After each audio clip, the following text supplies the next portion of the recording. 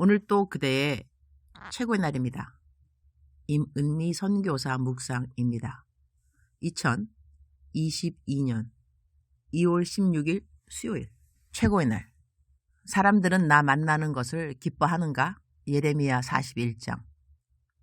어제는 캠대학 선교회 수양회 설교를 하러 갔다. 정말 오랜만에 설교를 하게 되어서 나를 초청해 주신 우리 간사님들께 감사. 예배 장소에 들어서자 어느 키가 큰 청년이 다가오더니 자기 비즈니스 카드를 넘겨준다. 다들 마스크를 쓰고 있어서 누가 누군지 금방 알아보기 힘들었는데 자기 소개를 한다. 녀석하고는 우연이었다. 대학 졸업하고 직장인이 된 것이다. 목사님 보고 싶어 왔어요 하면서 어제 예배 오려고 1일 월차 휴가 받아서 왔다고 한다. 고마운 녀석 같으니라고. 내가 캠 사역을 떠난 지 이제는 거의 3년 되어서리 내가 알던 캐머들이 별로 없었는데 아는 캐머를 만나니 얼마나 반갑던지. 예배 마치고 나니 하은이라고 두나미스 찬양단 캐머가 쪼르르 달려와서 목사님 보고 싶어 왔어요 인사를 한다. 이전 생각이 저절로 났다. 캠 처음 부임해 왔을 때 두나미스 찬양 팀원들이 복도에서 연습하는 것 보았던 첫날. 밤늦게까지 연습하는 아이들이 너무 기특해서 이들이 연습 마칠 때까지 내 사무실에서 기다리고 있으면서 너희들 연습 마칠 때까지 내가 함께 있어 주니까 좋니? 그러면 매주 이렇게 너희들 연습 마칠 때까지 기다려줄까? 그랬더니 네 하고 목청 높여 대답하여서리. 그 이후로 내가 외부 집회가 있는 날에도 이 녀석들 찬양 연습 마칠 때쯤이면 내 사무실로 돌아와서 이 녀석들 퇴근시켜 주었던 기억. 교역자가 남아있지 않은 주일날 밤 늦은 시간 두나미스 찬양팀 연습 마칠 때까지 기다렸다가 다들 기도해주고 집으로 보내주었던 그 추억들이 아스라히 떠올랐다. 내가 녹음할 때 사랑하는 그대여 라고 부르는데 여기서 그대란 말은 그리스도의 대사의 준말인데 바로 우리 캠에서는 캐머들을 그리스도의 대사라고 부른다. 그래서 그 준말이 그대이다. 캠이 한 많은 사역의 열매가 있지만 그 중에 하나가 바로 내가 캠 대학 선교회 내셔널 디렉터로 부임해서 사역한 5년의 세월 동안 나를 그대로 잘 키워준 것이 아닌가 한다. 5년 동안 잘 배우고 다시 케냐로 돌아가서 다양한 사역을 할 수 있도록 나를 키워준 캠. 어제 설교하면서 내가 캠의 열매 중 하나라고 말했다. 따스한 정과 사랑이 있었던 캠의 간사님들과 학생들을 다시 만나게 된 어제라서 너무 감사했다. 녀석들 맨 앞자리에 앉아서 고개를 끄덕끄덕 일부러 크게 흔들면서 얼마나 내 설교를 잘 듣던지 역시 내 홈그라운드라는 생각이 저절로 들어서 감사.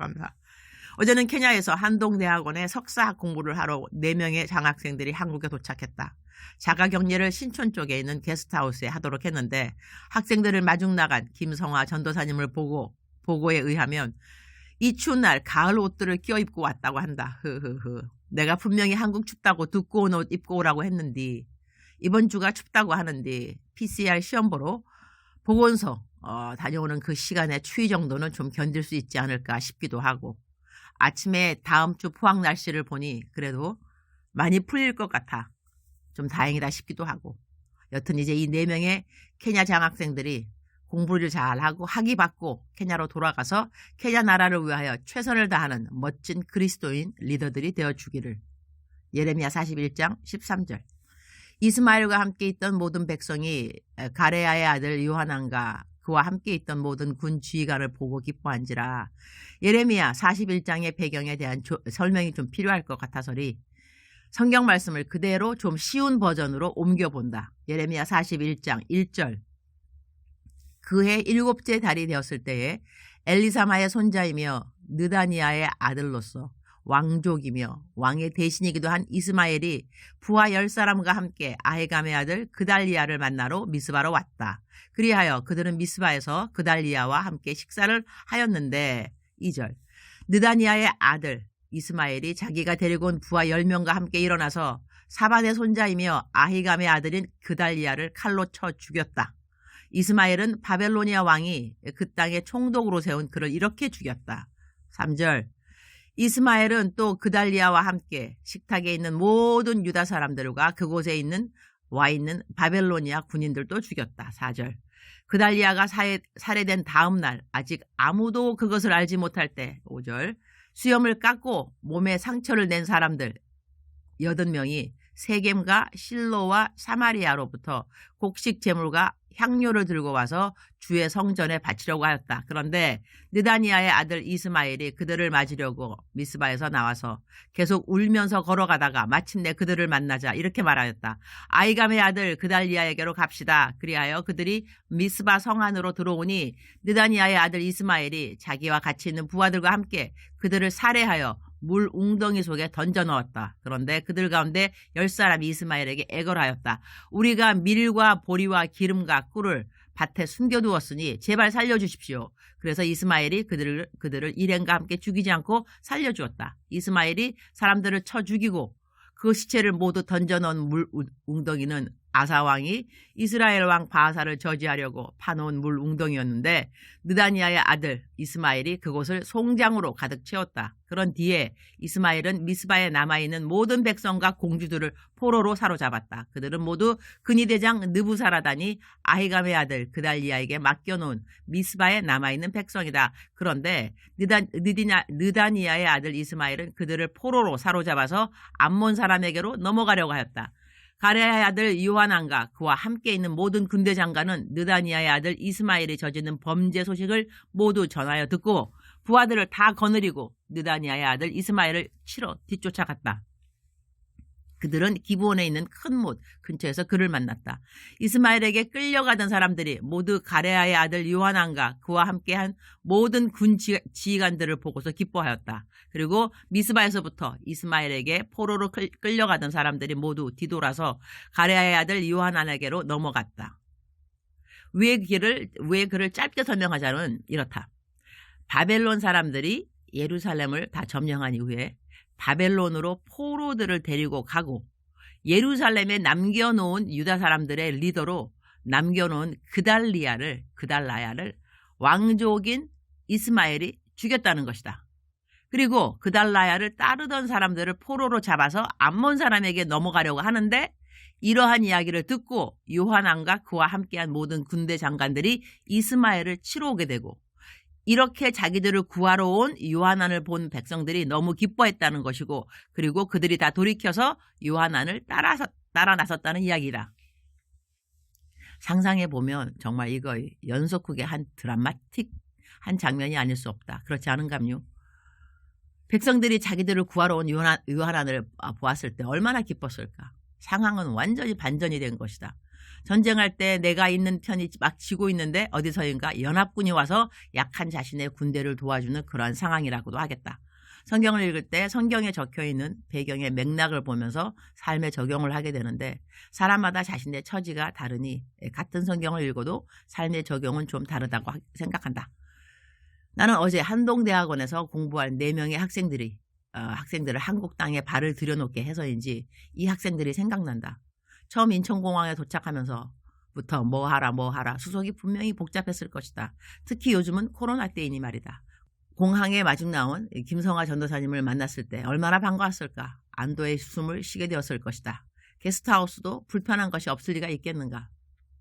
옷도 두꺼운 옷 꼭 챙겨와야 한다 했는데 아마 케냐에서 한국이 이렇게 추우리라고는 생각 못했을 것이고 알았다 하더라도 그들이 두꺼운 옷들을 구하기 힘들었을 것 같다는 생각이 지금 든다. 우리들의 삶에 반가운 사람이 누구일까? 왜 반가운 것일까? 성경에 나그네에 관한 말씀들을 좀 찾아보았다. 신명기 24장 19절.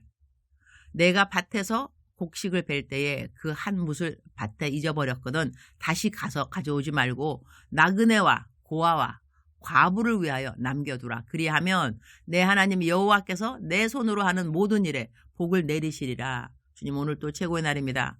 오늘은 요하난을 만난 유다 백성들의 반가움을 대하면서 케냐에서 온 학생들이 자기들을 알고 있는 나를 한국에서 만났을 때의 반가운 마음을 상상해 보았습니다. 너무 잘해주면 이 학생들에게 좋지 않을 수 있다는 생각에 조심해야 하는 지혜도 필요하지만 타국에 와서 겪어야 할 많은 새로운 도전적인 일들에 도움을 주어야만 하는 수고는 잊지 않고 하도록 도와주옵소서. 잘해주면 너무나 당연한지 알고 그것을 권리로 알게 되는 현지인들이 없잖아 있음을 아는지라 우리 케냐 학생들이 이곳에서 공부 잘하고 돌아가는 날까지 지혜롭게 이들을 섬길 수 있도록 도와주옵소서. 이 일을 중간에서 감당해야 하는 우리 김성화 전도사님에게도 특별한 은혜를 더하여 주옵소서. 내가 만나는 모든 사람들에게는 나와의 만남이 부담이 아니라 반가움이 될 수 있도록 도와주옵소서. 오늘은 점심도 저녁도 모두 만남 사역입니다. 주님, 저와 그들을 함께 만나 주옵소서. 주님 사랑합니다. 주님 감사합니다. 오늘도 우리 주님 저를 보시면서 하루 종일 기쁘시면 참 좋겠습니다. 최고의 날 게시판. 케냐에서 어제 한국에 도착한 장학생들은 4명입니다. 이제 자가 격리 마치고 한동대가 있는 포항으로 내려갑니다. 남학생만 4명이고 키는 모두 큰 학생들입니다. 아무래도 겨울 자켓이랑 겨울 옷들이 필요한 것 같은데 제가 다 새 옷을 사주기에는 조금 부담스럽네요. 혹시 그대들 중에 위에 옷 사이즈 extra large, XL 아니면 XXL, XX large죠. 두꺼운 자켓이나 스웨터 입던 것이지만 보내주시고 싶은 마음이 있으신 분은 저에게 개인톡 주시면 감사하겠습니다. 새 옷이 아니고 입던 옷을 저는 지금 말하는 것입니다. 감사합니다. 나그네를 대접하는 그대, 그대의 손으로 하는 모든 일에 복을 주신다는 성경 말씀 감사합니다. 축복합니다. 사랑하는 그대요. 사랑하는 그대요. 사랑하는 그대의 그대가 그리스도의 대사라는 그 준말이라는 거 오늘 확실하게 더 아셨죠? 저는 오늘은 옷장에서 녹음을 하고 있습니다. 요즘 계속 그 녹음 상태가 에코, 울림이 있는 것 같아서 오늘은 옷장에서 해보는데 오늘 또 좀 울린다면 또 다른 방법을 생각해 보도록 하겠습니다. 사랑하는 그대요. 사랑하는 그대요. 반가운 만남은 정말 좋은 것 같습니다. 우리 모두가 누구를 만나더라도 반갑게 여겨지는 그러한 사람들이 됐으면 좋겠다 하는 것이 오늘 저의 묵상의 삶의 적용이었습니다. 나를 만나는데 나를 만남이 부담스럽고 짜증나고 나가서는 화가 생기고 이러면 안 되겠죠. 나를 만날 때 반갑고 기쁘고 그랬으면 참 좋겠다 그런 생각을 하게 됩니다. 사랑하는 그대요. 그대는 그리스도의 대사. 사랑하는 그대요. 오늘도 아자 힘내시기를. 하나님은 그대를 사랑하십니다. 정말 사랑하십니다. 꼭 믿으셔야 합니다. 감정이 아니라고 제가 누누이 말했습니다. 믿음입니다. 사랑하는 그대요. 사랑합니다. 사랑하는 그대요. 축복합니다. 오늘도 그대의 최고의 날입니다.